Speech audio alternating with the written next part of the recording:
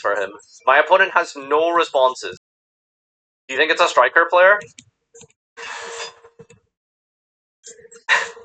So, if I go zombie vampire, am I going to, like, give them, like, 5 spells engraved? Here we go, let's find out. Zombie! Alright, y'all ready for this? Here we go. Engraver first. Oh, whoops. Never punish. What did he just mill? Super polymerization! Kaiju! I don't like where this is going, dude. I do not like where this is going. Oh, no. Sent table 504, it's 13 minutes overdue. What are you, my boss? Hey? Hey? Guess I'll take wanted for follow-up, smile. Let's do some combos. Snash. They think you're paying him? Yeah. I have, thankfully, I actually unironically know a line in Snake Eye that beats Super Poly. Oh? So we're gonna try and see if that pulls off today.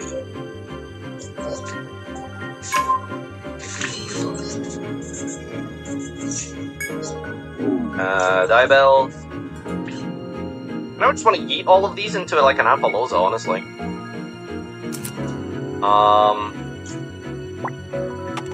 Not quite yet, unfortunately.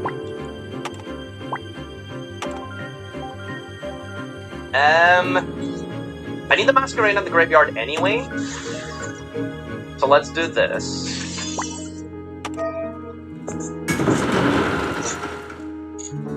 Okay.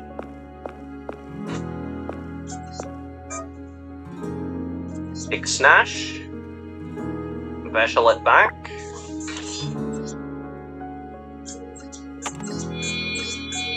I mean, I guess I don't need to go through the Fiendsmith line because I already have Engraver. But this should work anyway. It's not like I can do anything like extra. Requiem. Start with the Link Karibo. We will Link Karibo.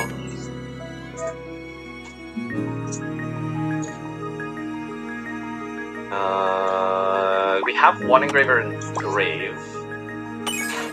That's fine. And then we put a Requiem on you for the free send.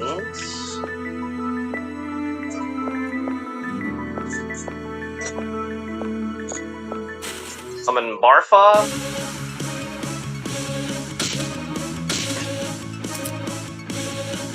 Mauler Mole.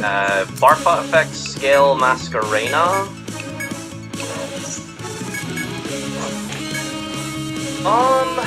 And then it's sequence with these two, bring back the bodies.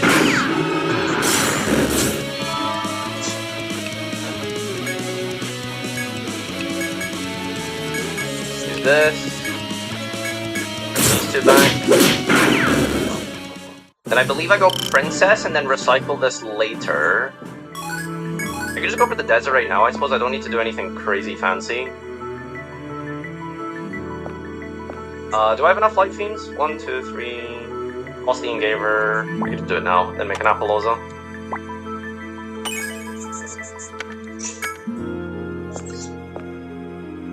So I have to use one of this. Go for you.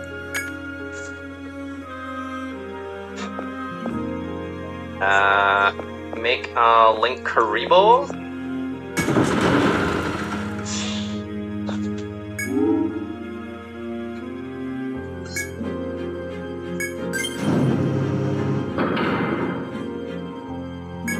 How do I do this again? I need the Princess set up. Yeah, okay, this is how you do it. Princess. I don't want the Flamberge on the field, I want it in the scale to play around Super Poly. We just summon this here by scaling Flamberge. Equip sequence onto Desiree. Desiree negate Princess. And then sweep 4 materials of Appaloosa. Light, dark, wind. Plays around Super Poly.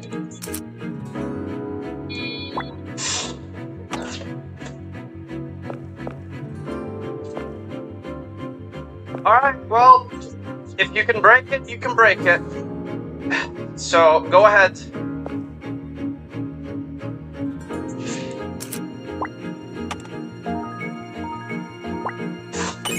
Oh, step 1, dude. Step 1. Okay, so I don't think I need to pop out what's his name just yet. But if I don't pop out Flamberge now, he might this is actually way he might like easier lightning storm me or something. I just did this. So I think I need to pop him out now. Do we use Desiree? Is it optional to like send? Shuffle 1, then target? Yeah, you have to, okay. Alright, pop out the Flamberge. Do you have Lacrima Engrave? I do. I think you send their Kaiju? No, absolutely not. Okay, it's Makanko. Let me just read how Arabesque works again. So, during your main phase, special Makanko from your hand to deck with a different original name, and if you equip it with this card. Correct me if I'm wrong, but that means if he summons Huli, I can't target it. Onto the Appaloosa here. So we need to go toggle on here. Flamberge, bring out Mask.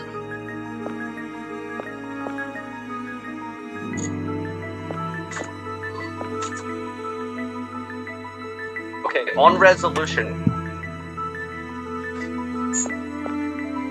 Who am I linking away? Do I just link away the Appaloosa? That doesn't seem good. I keep the Kaiju so that he can't Kaiju me again.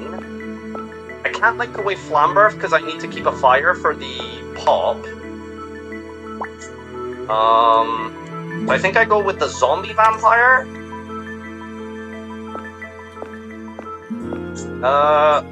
Ooh, 2 fire monsters for Nightmare Phoenix. That gives me a draw if I pop this. No, I don't wanna lose to Super Poly. Dark, light, fire, wind. You actually can't Super Poly us. This is really good. SP banish. Alright, pray. Pray. And then we Ash. Wait, what's a good Ash against this deck? Maybe Ashing the Arabesque was better. Right?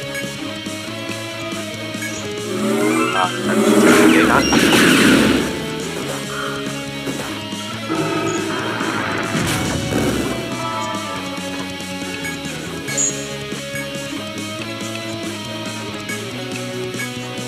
Uh-oh, I don't like that. No, no, no, no, no, no, no, no, no, what, no, no, no, no, no, no, no, no, fuck. Can I do anything? Can I do anything?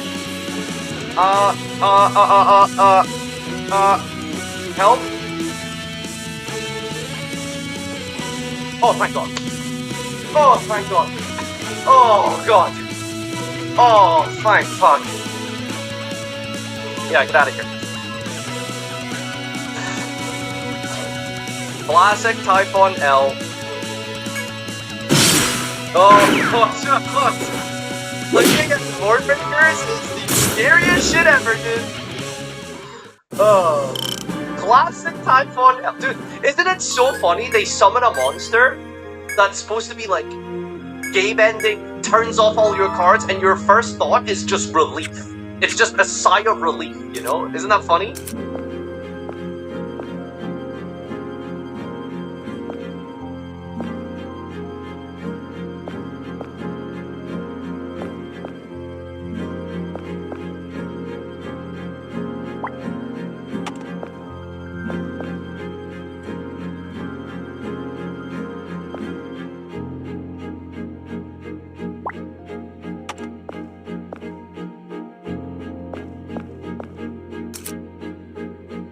Which reminds me about here in Odyssey Nexus all over again. Where you kinda just explore the exact same theme over and over again throughout the game. Granted, Gladsheim has been very interesting so far.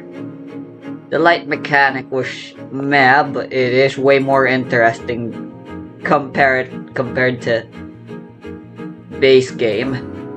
Original game. At least.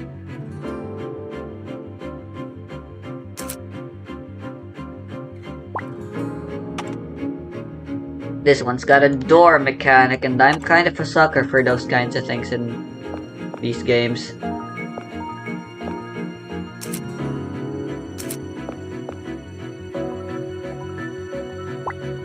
Is everything just fucking locked?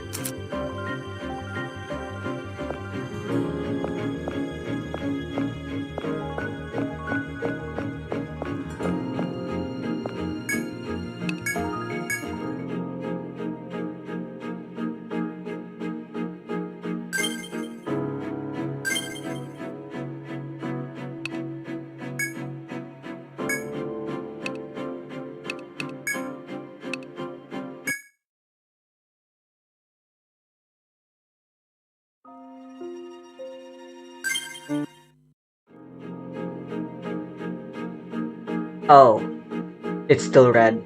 I thought I was doing something smart there.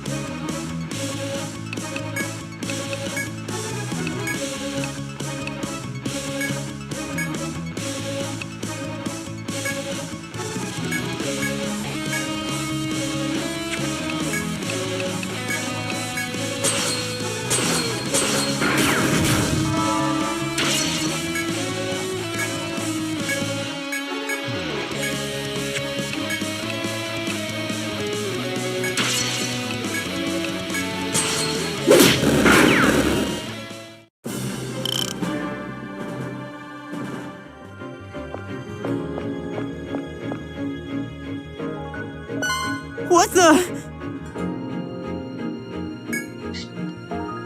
It's a bee.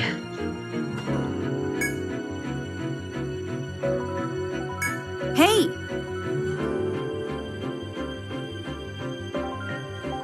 Huh?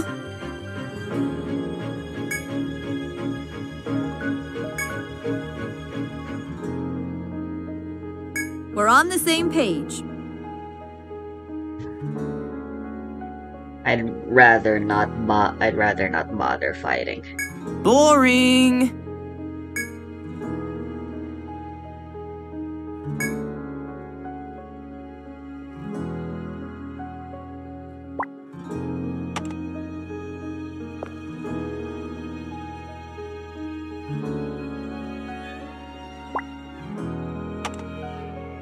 So they can move around these, eh?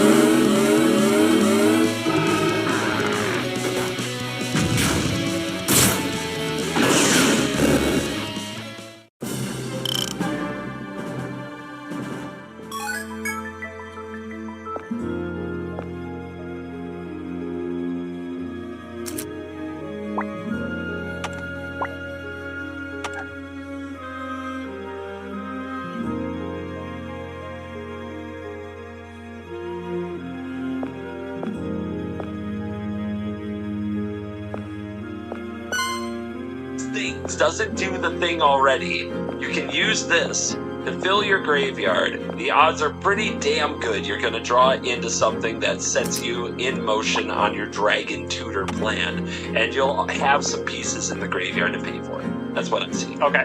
That's what I think.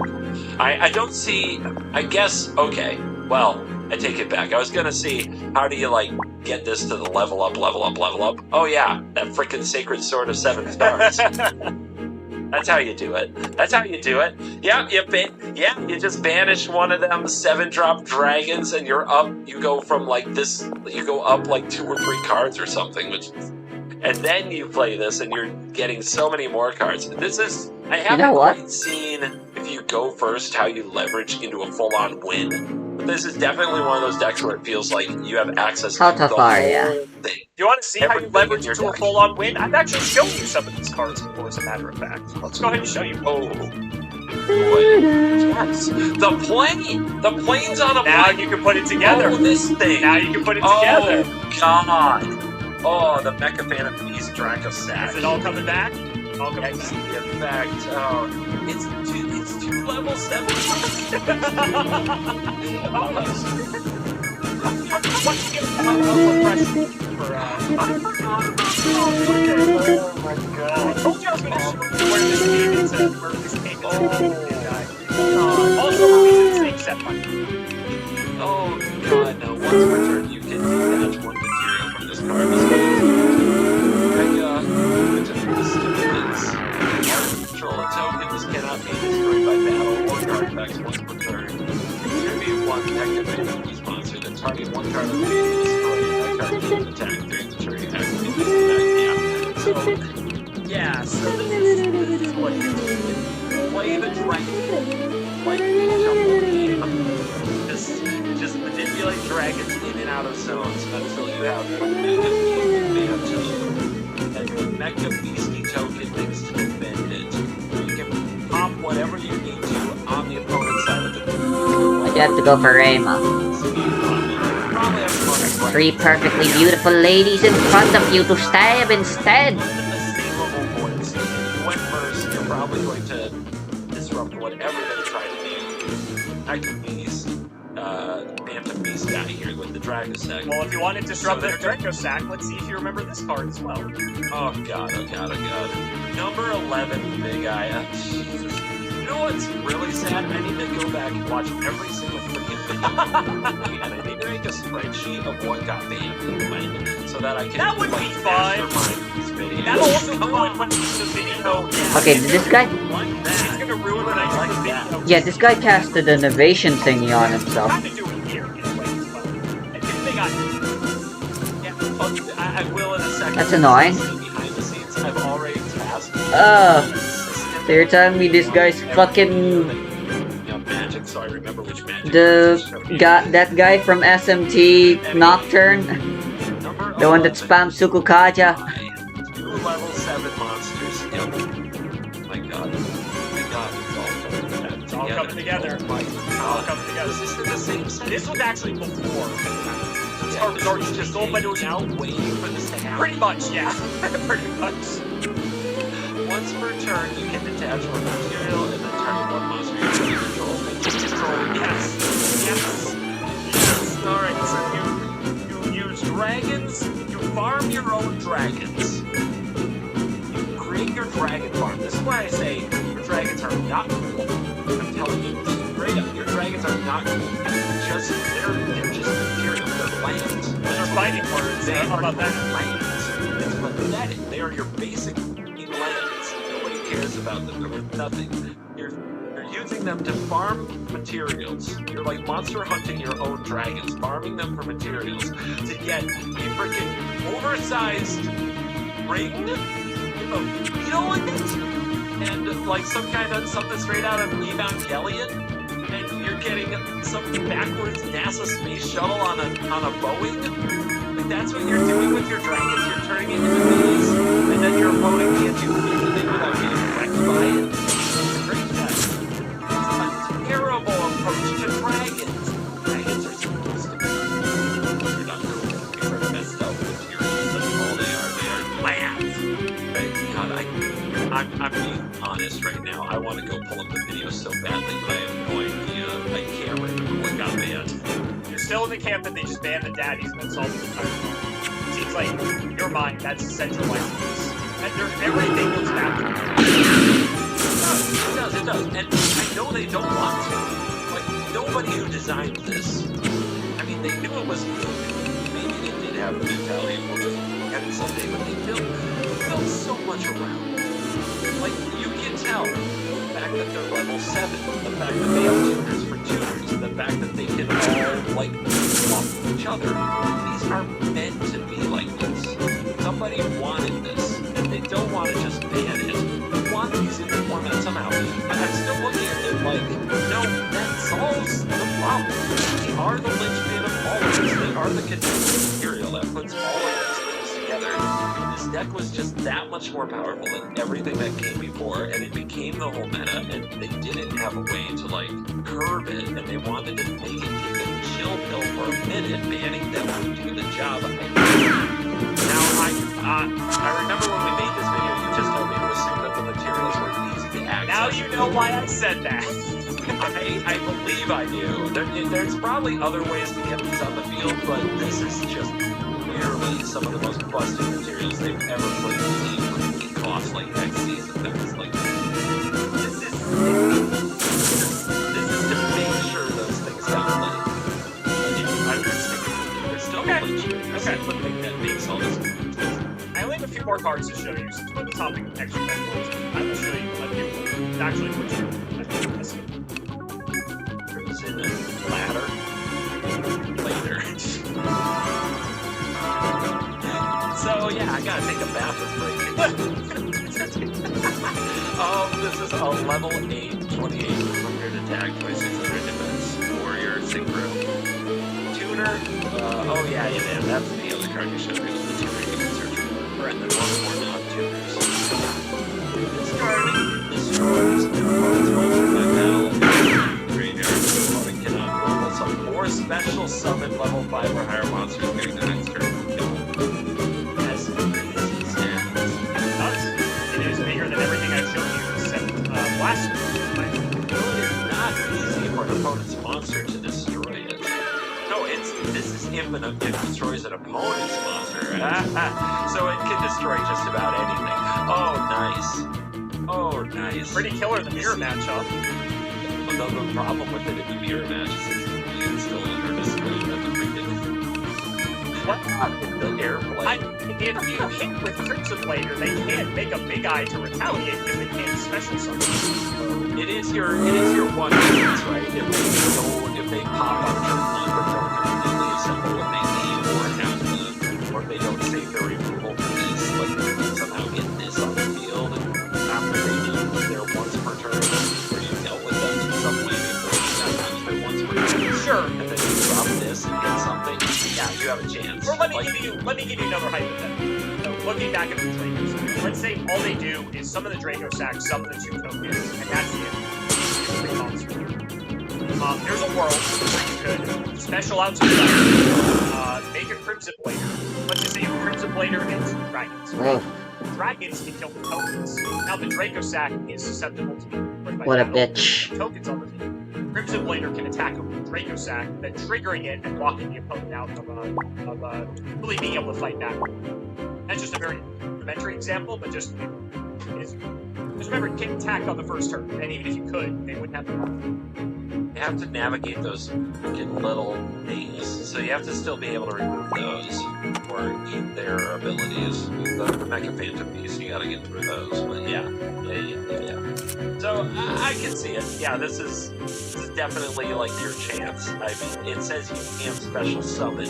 It says, that's kind of it? That's the game, right?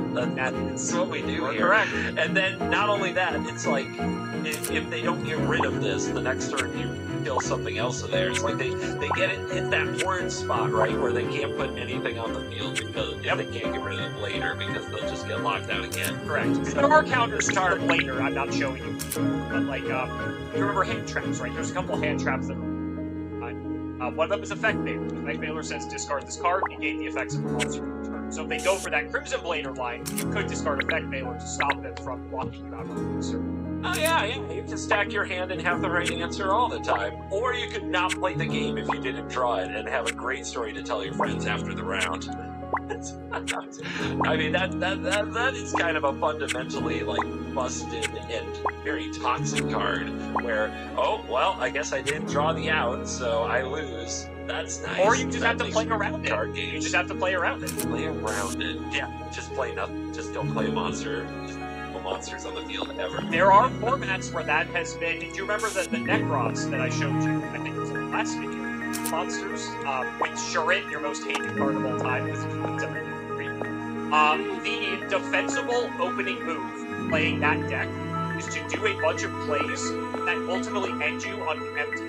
When you built up your graveyard and your hand might be at 6 cards. That was a defensible and actually the optimal line playing the game that deck, just to leave yourself on that makes sense for a game like Yu-Gi-Oh! Where the graveyard is a big resource and cards are free. I think in Magic, the idea of just having to be on an empty board and play the game would be toxic. Because, yeah, summoning sickness, because you invest into the board, because the whole thing is often about untapping with a card that is powerful to start snowballing the game. Like in Magic, this would be unacceptable. To be fair, in the Necros deck, they have the Valkyrus, which you can pitch in at another card to end the battle phase, so you're in no danger of dying in that case. So typically, as part of the opening line, you would make sure that card's in your hand, or you bluff it, either way. And like I said, you would draw some cards, you would set up your graveyard, and you would just pass. And that was, like I said, like almost like one of the optimal openings. Which is insane, because that's like rarely ever happened. But yeah, that's just, so, I mean, it's not impossible to conceive of, like, if you're trying to play Crimson Blader, that you do stuff in such a way that you don't. What's the matter? But there are ways to interpret it. No. It is oppressive, I'm not going to say it's not. But there are ways to onto it and also to play it back. Let's go ahead and continue the fun, because we're not done. We have 2 left, and I saved the best for last. Super Rejuvenation. Spell. He knows what he's doing, I think. Isn't that right? Card was activated. Draw a number of cards. Oh? Dragon monsters you discard. Come on. From your hand or field this turn.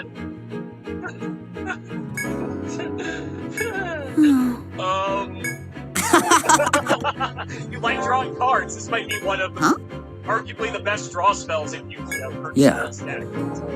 I mean, it kind of says draw your deck and win next turn. Well, you would have to narrow down the hand size after all these. So what's your hand size? 6. Okay. 6 is already 6. Yep. That sucks. But Alright, do you so really use the stuff goes to the graveyard? yeah, you have endless graveyard resource. And Have you now? Cards Now. choice Uh-huh. in hand.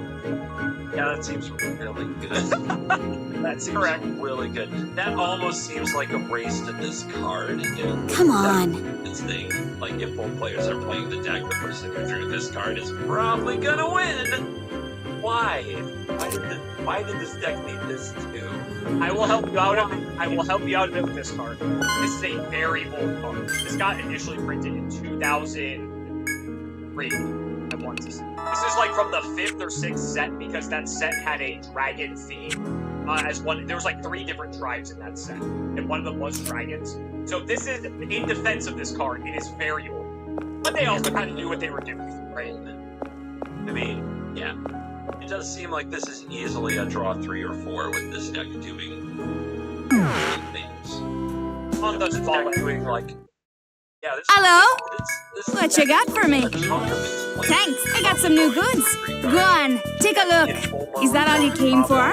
This is probably like draw 10. I wanna I would say that's accurate. do the classic Pitch a couple BGM babies and you're already at 4, right? Because the babies have to pitch a dragon too. So you literally are I've been real playing quick. a mediocre Feel some like this. nostalgia. Maybe, I don't know. Ooh. Some permanent cards. It's so redundant it probably doesn't matter. And you combine this with the where is it? Card destruction. Uh-huh. You're piecing it together. You're piecing it together. Yeah, this card is also Here you go. stupid. And if daddies are bad, this is all that awesome. You know, it does look at these. Which one you want? I have to look at the babies harder. No, these Here you still go. match exactly the daddies, the babies. Here you go. So yeah, they're still kind of shadow banned if the daddies are banned. Here you go. A different approach to dragons in general. Thanks for the business. Expect to go, and if this card was round, Welcome to the rooster. Very well. the dragons A quick rest, right? were probably Of course. not nearly as broken. So I'm sticking with it. If you had shown Sign in over here, please. Well, back, be careful out there. I might have just said that card got banned on its own. Ah, Looking at hello, everyone. the guy. And because remember, Oh wow, nice. They got it. They got a classic version of a song that didn't even exist in the original. That's amazing. Won't you please accept this?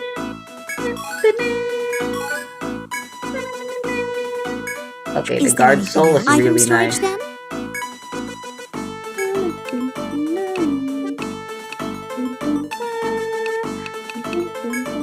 Very well. I'll look after these.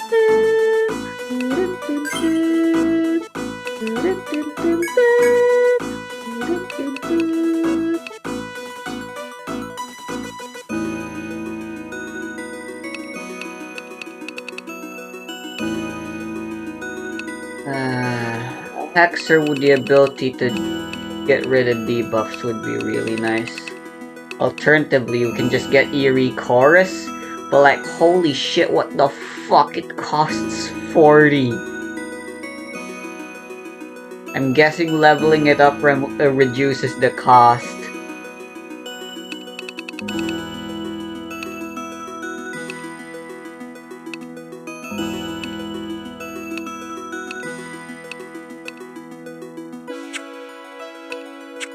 Honestly.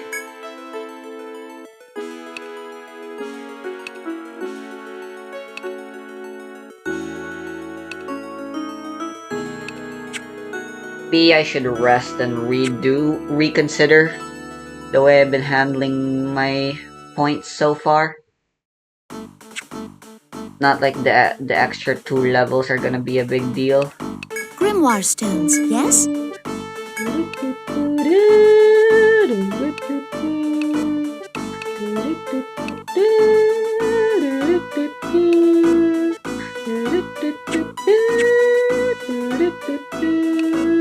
It's synthesis you want?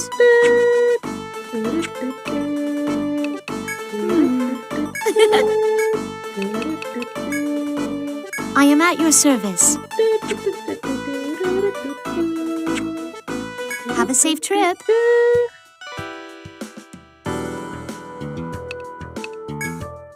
Ah, it's you. What were you thinking? Who should I bring out? Keep it quick. See you around. Welcome back, everyone. Item storage, then?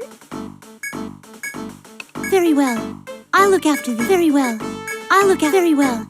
I look after very well. I look after very well. I look after the very well. I look after very well. I look after the very well. I look after these. Very well. I look after these. Very well. I look after these. Very well. I look after these. Is there anything else? Have a safe trip. Have I accepted all the quests you have available yet? Sorry, kiddos, but how goes the job? Now, what'll it be? You want to ask around? Come again, kiddos.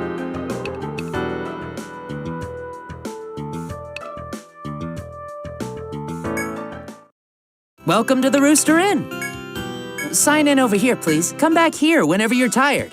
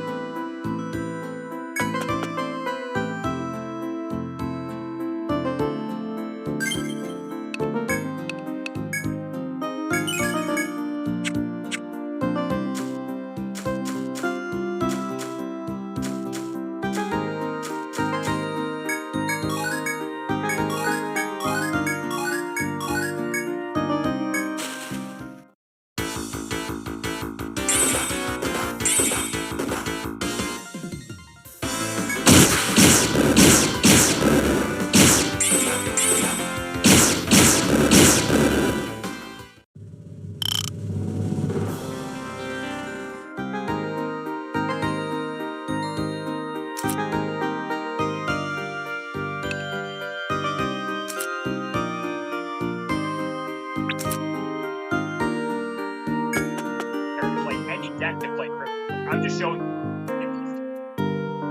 Yeah. Right now, bullshit you're showing me here looks like the. You know, this is what we need to actually adapt this stuff. What would you say if like all those dragons? With the different dimension grab card. It says pay half your life points. Special summon as many of your removed from play monsters as possible.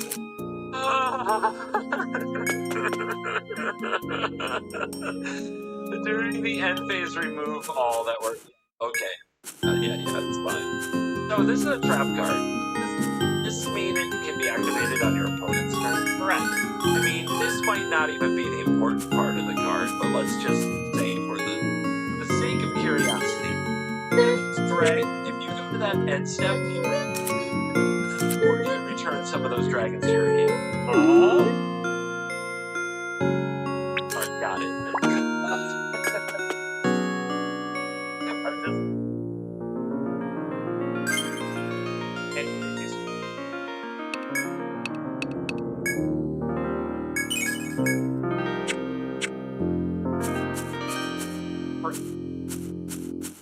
Switch.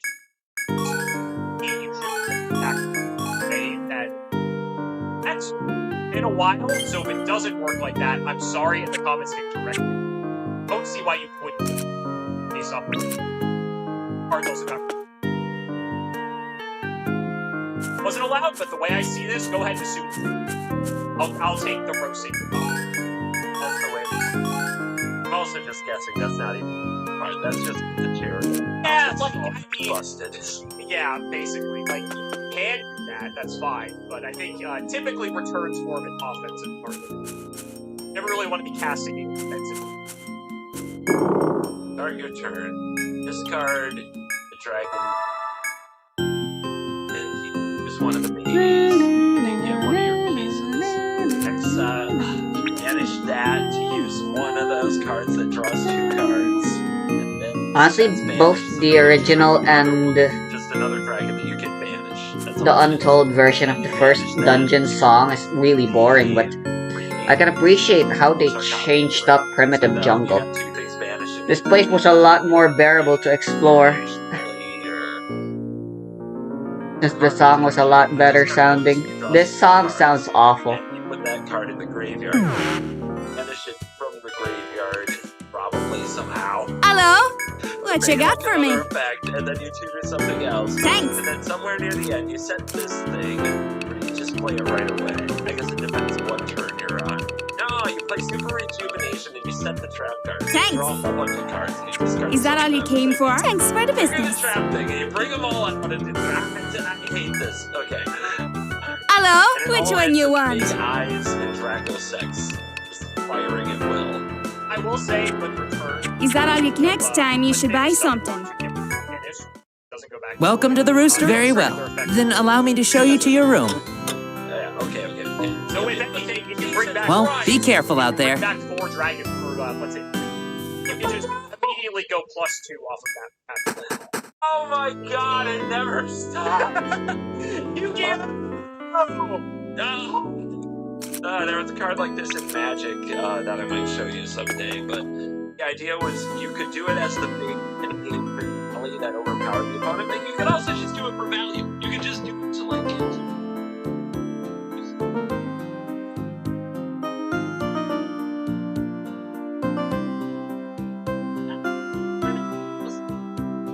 You can do cost. You can do all this immediately.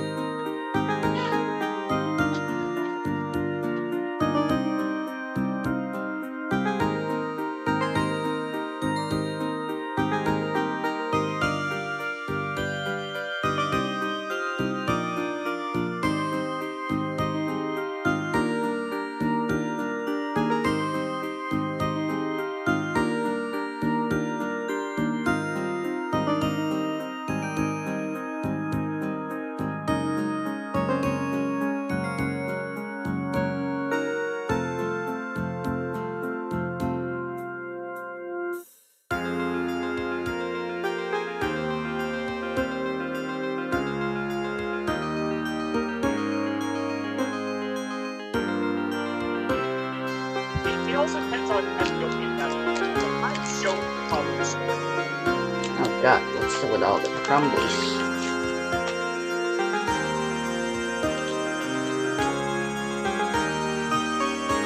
A lot of people are like taco sick. But saw when I showed you masters, we have our like ultimates that are like very study, very stacksy.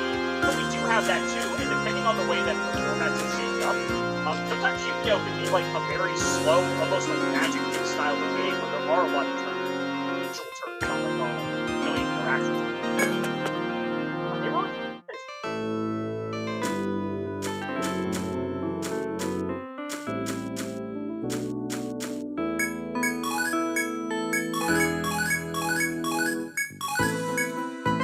For all the cards. Is everything. So what are your final determinations? And I will give you my opinion.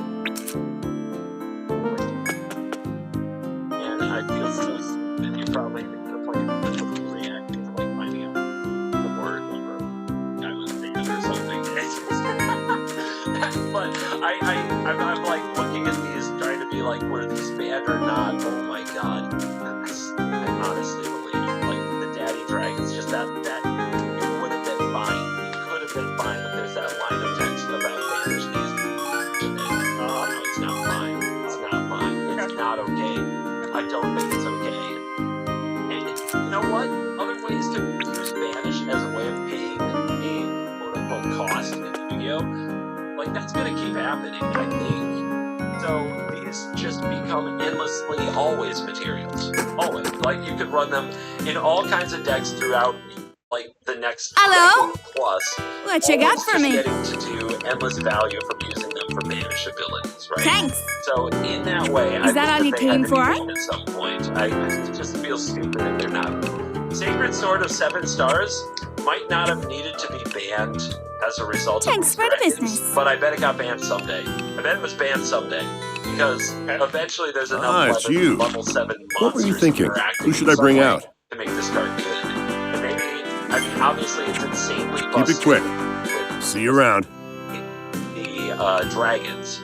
But that doesn't mean it's not just busted as a draw to in the future using the right cards. And on top of that, you have the return from a different dimension. And if this is around with the 7 stars, right? Like, eventually that's busted anyway. Okay. So either like 7 Welcome stars back, will return from everyone. a different dimension. Probably I am at your also spend service. time with your point, just because of what they do to the cost effect of the game. I still think Here you are. Crimson Blader in a vacuum is toxic, but God, I can't even Is there imagine anything banning else? it now, as it's one of the only things that you Item can storage then? do in the going second to try Item to storage then? escape the madness. And Mecha Phantom Beast Dracosec just feels so obnoxious to me. And if it wasn't, this what it you had wanted? to be restricted at Here some you are. point, I think. Yeah, to just maintain. Was this like, what you this wanted? is probably the Here you are. painful, annoying ending Was this for what a you wanted? lot of Here you long are. time. And it probably re-emerged here and there throughout the history. this what you I bet wanted? it got restricted. Here you are. Was this what you Card wanted? destruction, Here you that are. might have been banned at some point. Like just knowing what I know about Yu-Gi-Oh now compared to like the last time I saw it, I feel like you told me it was banned, but now I really feel like it should have been at least restricted or banned. So I'm gonna Was say this it what was you banned. wanted? Here you And are. just looking at this deck up and down, like there are so many Was this what stupid you cards wanted? here. Here you are. This is one of the more layered stupid card decks. I shall await your possible. return. So yeah, those are my takes on these cards. What about Super Return? What's that one? Welcome to the So, Rooster I Inn. was looking at Sign in over here, Super please. Rejuve, and it's kind of like, obviously this is a potential problem, but it does specifically require dragons. And dragons will probably always be a part of Yu-Gi-Oh! They were a part of the very first episode of the anime, I remember that. They were the big bad, right? So there's always going to be like dragons coming in and out of the format. So when dragons Come back go here too whenever far, you're tired. Super Rejuvenation probably needs a ban, at least for a little while. And this would be one of those cases. I could see that maybe they tried to keep their dragon daddies and dragon babies around and thought that Super Rejuvenation, just giving that a break would solve it, but I don't think it did. I didn't need to see this card to see that this was busted. So, this being an old card that was probably having a big time moment in the sun, that is so Card Game Company 101 to be like, ban the old card to see if we can keep the new cards for a little longer, that I bet they did. I bet that was part of the process, was banning Super Rejuvenation. But I don't think this card, in this case, was the real problem. Okay. And it might have emerged a few more times as a problem in Yu-Gi-Oh! History with more dragons, and I could see it getting banned again. So I'm sure it was banned at some point, and I'm sure it was banned for the sins of these new cards for a little while. Alright, buckle up. I got a lot of yapping to do. So, I bet they did. No, hold on. That is what I think can, should, would happen, but I bet you're going to tell me they didn't ban these dragons at all. Alright, I'm ready for the story. okay. So, when the Dragon Rulers were released, card you are seeing here, except for a select few, were available at 3 copies. I think maybe the exception to that was Return from the Different Dimension. I believe that might have been limited during this time. And possibly Card Destruction being limited as well. Everything else, though, from what I recall, was at 3 copies. So basically, I've almost showed you the entire deck. There's like a few things that are like not really that important that I can show you, just like other more just random things. But the Dragon Rulers, on release, were basically the best thing you could be doing, and it was not close. It was one of those instances where, like, if you're not playing this deck and you're trying to beat it, there was a foil in this time called Spellbook. Spellbook was the only deck that was able to keep up with Dragon Ruler, and that is because we had a very specific set of cards that would either just prevent the opponent from special summoning at all, and then they could protect that monster, which meant that not even the main Dragon Rulers could just like attack into it to kill it. You either had to play Dragon Ruler or play like Stun to beat Dragon Ruler. So powerful, so powerful. I think if there was a top 10 decks of all time, this would probably be in the top 10. I don't think it would crack the top 5, but if we were doing this video about 10-ish years ago, this would probably be number 1 on the list. This was, by far and away, one of the most egregious examples of power creep that Yu-Gi-Oh! Has ever seen. And this actually turned a lot of people off from the game, because these cards were just incredibly powerful. Funny enough, they weren't that high rarity. All of the Daddy Dragon Rulers actually came in at rare, which is our second lowest rarity at this time. All the babies were common, as a matter of fact. And the things that were very expensive and price prohibitive for a lot of people were actually the extra deck cards. Mecha Fantasy Draco Sack, I think, was like a $200 to $250 card per copy. Because you kind of needed a payoff to go into. I think Big Eyes were... I don't think they cracked 100. I think they may have been like $80 or $90, but... in any case, you were probably playing 2 to 3 Draco Sacks and 1 to 2 Big Eyes, sometimes you were just 1. So that was like where the deck was really expensive, which is funny because the actual like big deck cards themselves are actually pretty important. But one of the cool things that we haven't discussed is that you don't have to play the Dragon Rulers in the Dragon Ruler deck. Because they're what we call generic, they don't like lock you into playing dragons or anything specific like that. Any deck that is comprised of all fire monsters, let's say, could play copies of Blaster in it as like another card that's like really powerful for them to play. Because they, while the value might not be there compared to playing it in a Dragon Ruler deck, you still have access to this big guy that can special summon himself out to the field. You can play all fire monsters. It's still removal in the hand, so you can pitch into the fire monster and pop something. Tidal, similarly, saw playing a lot of water decks, because water decks wanted to dump stuff to the graveyard, and also being level 7 was very relevant for their deck as well. So, Redox, similarly, saw playing other Earth decks, because it has a Monster Reborn attached to it, which I believe was banned during this time, so the fact that it was like built into a monster was very cool if you were playing an Earth deck. So not only can people play the Dragon Rulers as a standalone deck, but other attribute-specific strategies can take advantage of these cards as well. Which was something that, again, even if you couldn't afford to play the Big Bad Dragon Ruler deck, you can still play these cards in some capacity. And not long prior to this, Fire and Water were 2 of the best decks in the game, and so, obviously, with the release of these cards, that just only better strategies. Let's go through some cards, shall we? Let us start off with the babies themselves. I think we need to take you to the September 2013 ban list. This is infamous throughout Yu-Gi-Oh's history as the Crucifixion list, where they had more changes on this ban list than I want to say any other ban list in Yu-Gi-Oh's history. There was like 30 or 40 changes on this list, which was insane, because this deck was so powerful, something had to be done about it. On there, to start off with, were all of the baby dragons, if you can believe that. They banned Burner, Lightning, Captain, and Stream. So all of the babies took the hit in this first wave of bans. Furthermore... they tried to protect their daddy. Furthermore... Oh my god, no. Card Destruction got banned.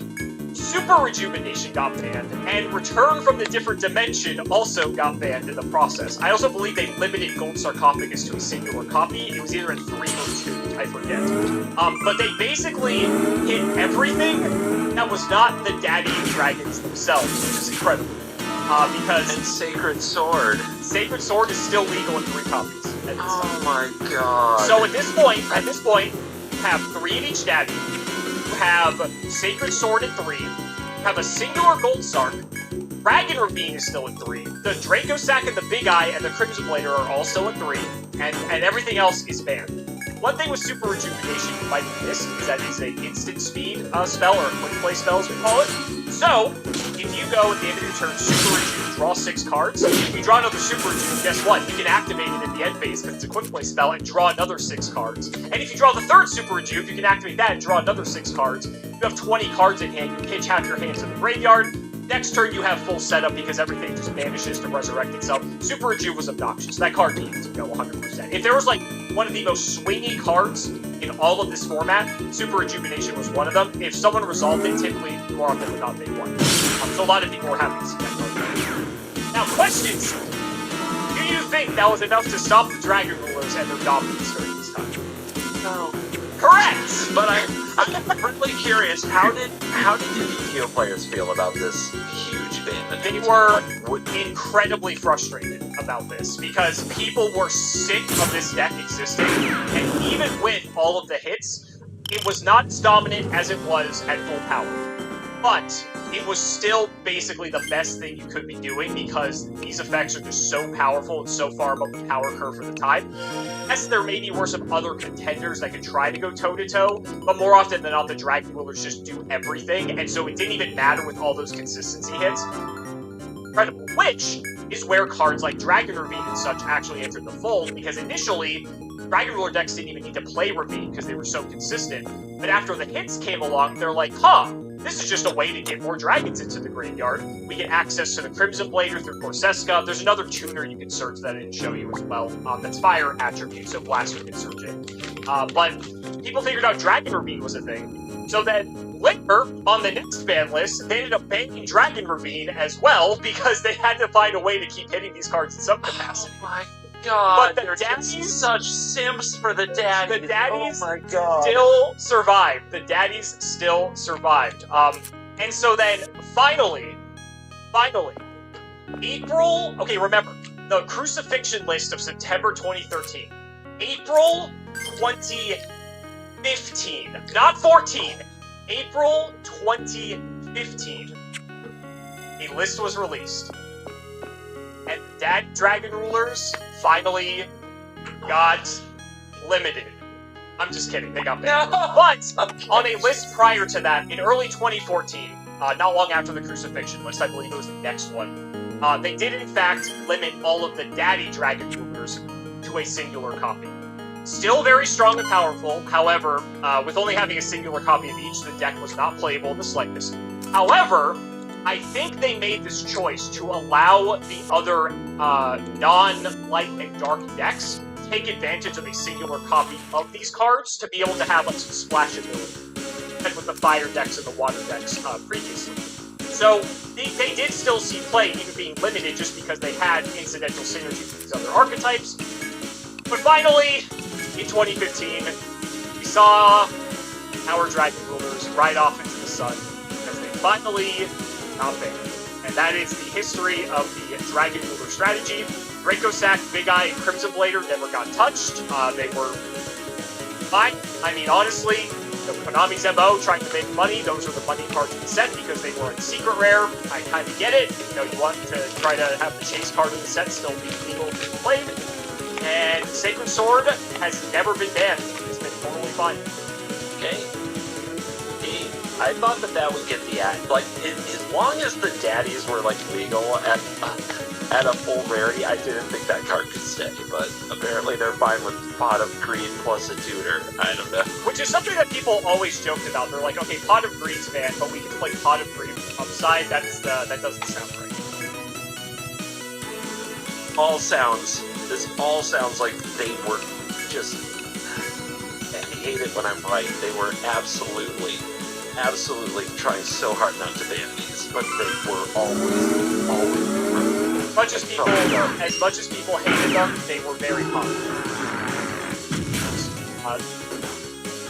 A lot of historically, like, in Yu-Gi-Oh, the decks were always, like, light and dark focused, so, like, the fact that we had decks around this time that were non-light dark focused and gave some love to the other attributes, I guess some people like that as well. Yeah, just, I mean, just phenomenally powerful cards. But, yeah, they had a very long-lasting legacy in Login. So, what do you think? I can't believe what they are willing to go through to protect these cards. I stand by it. They're not cool. They're just materials. They're just farmed materials. I stand by that. But the story's not done, CJ. Look who's coming into the game very shortly at the time of recording this video. This is like an announced card that hasn't come out yet? They are they will be in Japan first, obviously, hence why they're Japanese, but I was gonna say, I can't read them. you don't have to, because you can put it together. It's the baby Dark Dragon Ruler like Dragon Ruler. They do the thing they always do. Once you think they're gone, they're gonna reel you back in with the Dragon Rulers. Oh no. Oh no. So slowly They but surely, over time, they started to unban the Dragon Rulers. They started by unbanning the worst one first, which was arguably Tempest, and then one after another, they slowly started to give us the back. And this was the grand plan all along. Now we have 2 more Dragon Rulers entering the fray, and they're pretty fucking good. That's all I'm gonna say. They learned nothing. Guys, that's gonna wrap it up for another video. I really hope you all enjoyed. Let's go ahead and shout the patrons for all their continued support. So shout to Shout1317, Tim0x3, MVT Flame Dolce, Moto, Cameron L. Smith, The Synchro Guy, Pony Stark, Dan the Man Hobbit, Little Fadeleaf, Draconic, Brian Dancer of Class 7, Dylan Rare Hunter, JW11860, Flannel Daddy, littering all of the guinea pigs, Cheeks McLafferty, Stolpen Amethyst, MVT Cancel by Community soon, Cancel by all committees soon, Cancel by all players soon, Wonder Waffle, MVT and Nimbims 1, Boxer 3, Fuel Knight of Passion, Daniel Howell, Electrician of the Ice Barrier, Arco, and the Nova 129. Thank you again so much for watching, and we will see you next time.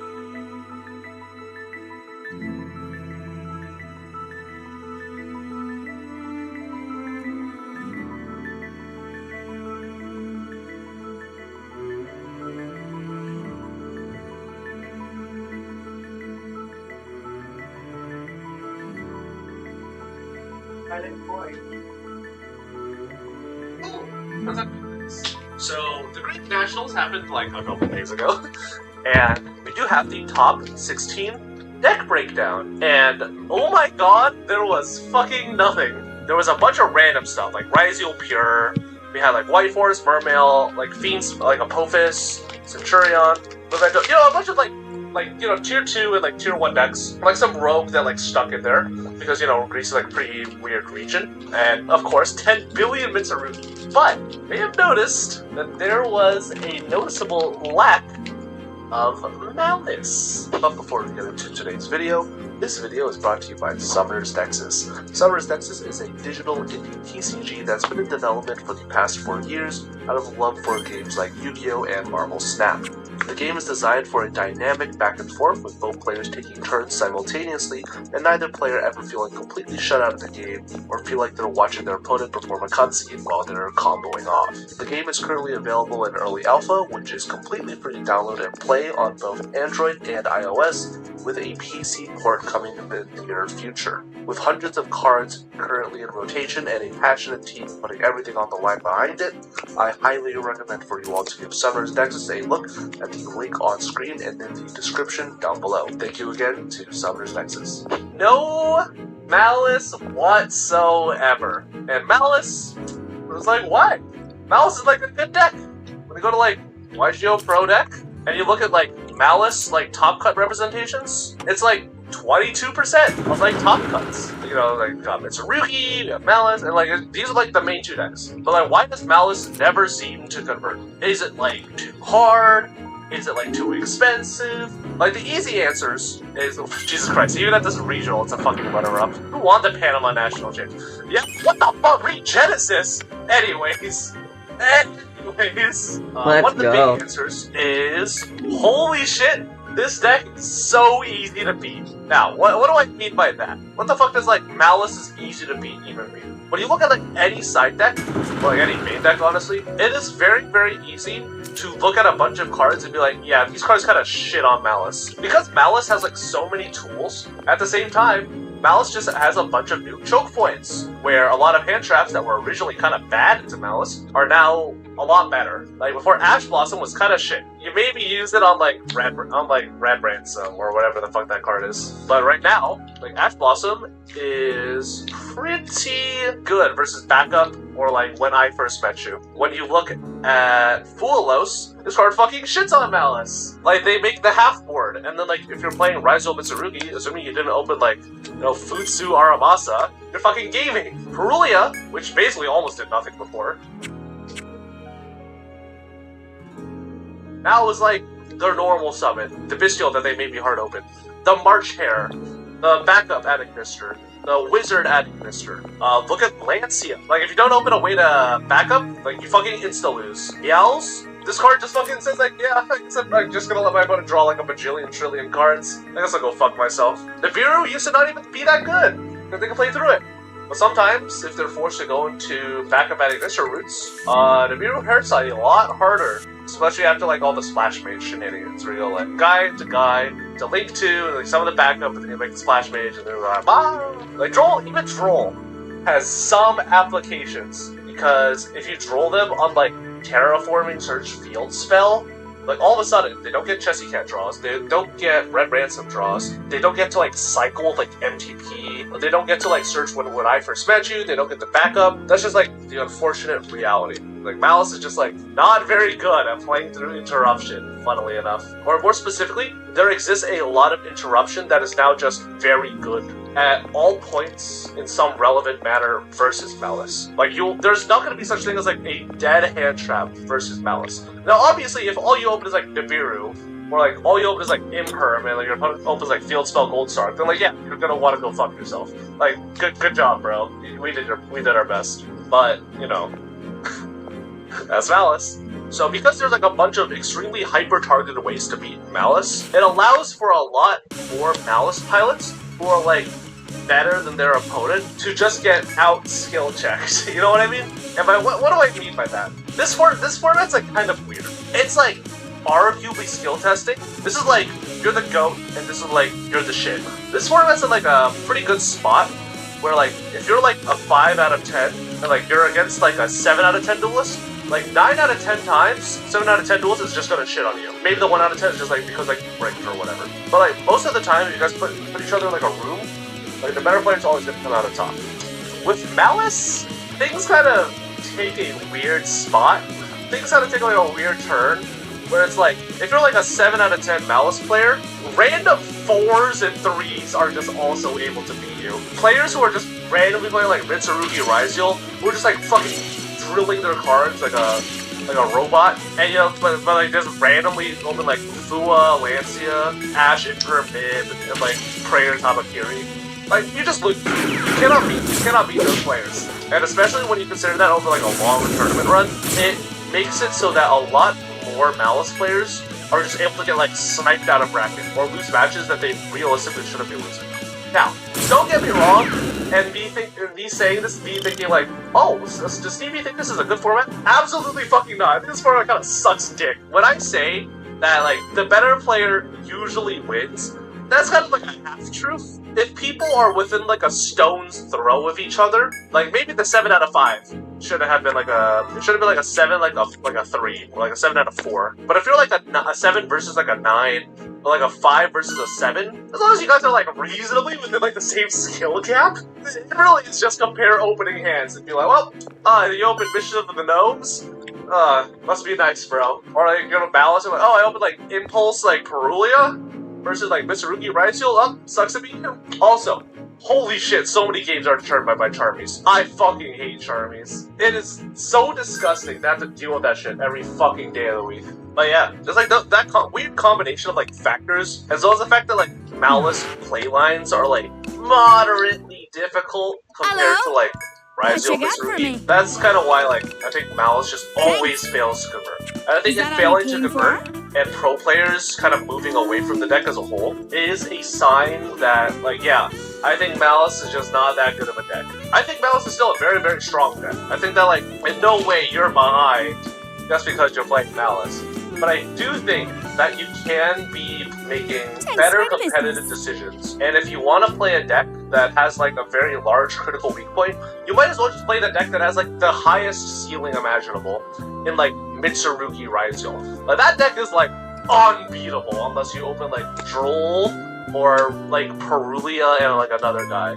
And even then, like, sometimes, like, that deck can play through Perulia pretty fucking well. Like, sometimes can't really beat, like, Lulos, but holy shit. Under Perulia, this deck just does not care half the time if you open, like, well enough. I still can't understand how Konami can hear so many magical players complain about Maxx C and then make an archetype of it. It's because these are different, Rez. You don't understand. It's like a third of a Maxx C. No, just don't worry about it. Don't think too hard about that statement. I don't know. Konami card design is, like, always silly. Anyways, that's just like my general quick thoughts about like I think like Malice flops so often. Let me know what your guys' thoughts are. Let me know if you guys play the deck, if you guys share or do not I am share at my your service. But yeah, thanks for watching. I'll see you guys Here you in the are. next video. Have a safe trip. Hello, which one you want? Here you go. Is that all you came for? Thanks for the business. Welcome back, everyone. Item storage, then? Was this what you wanted? Here you are. Was this what you wanted? Here you are. Was this what you wanted? Here you are. Is there anything else?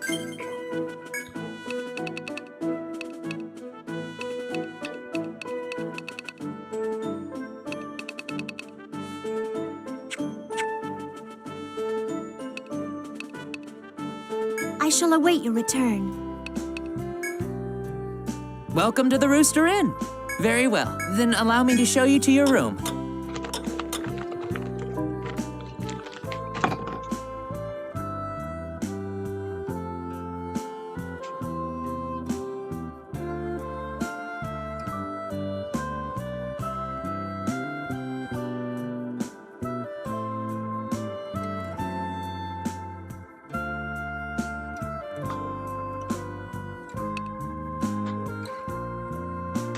Well, be careful out there.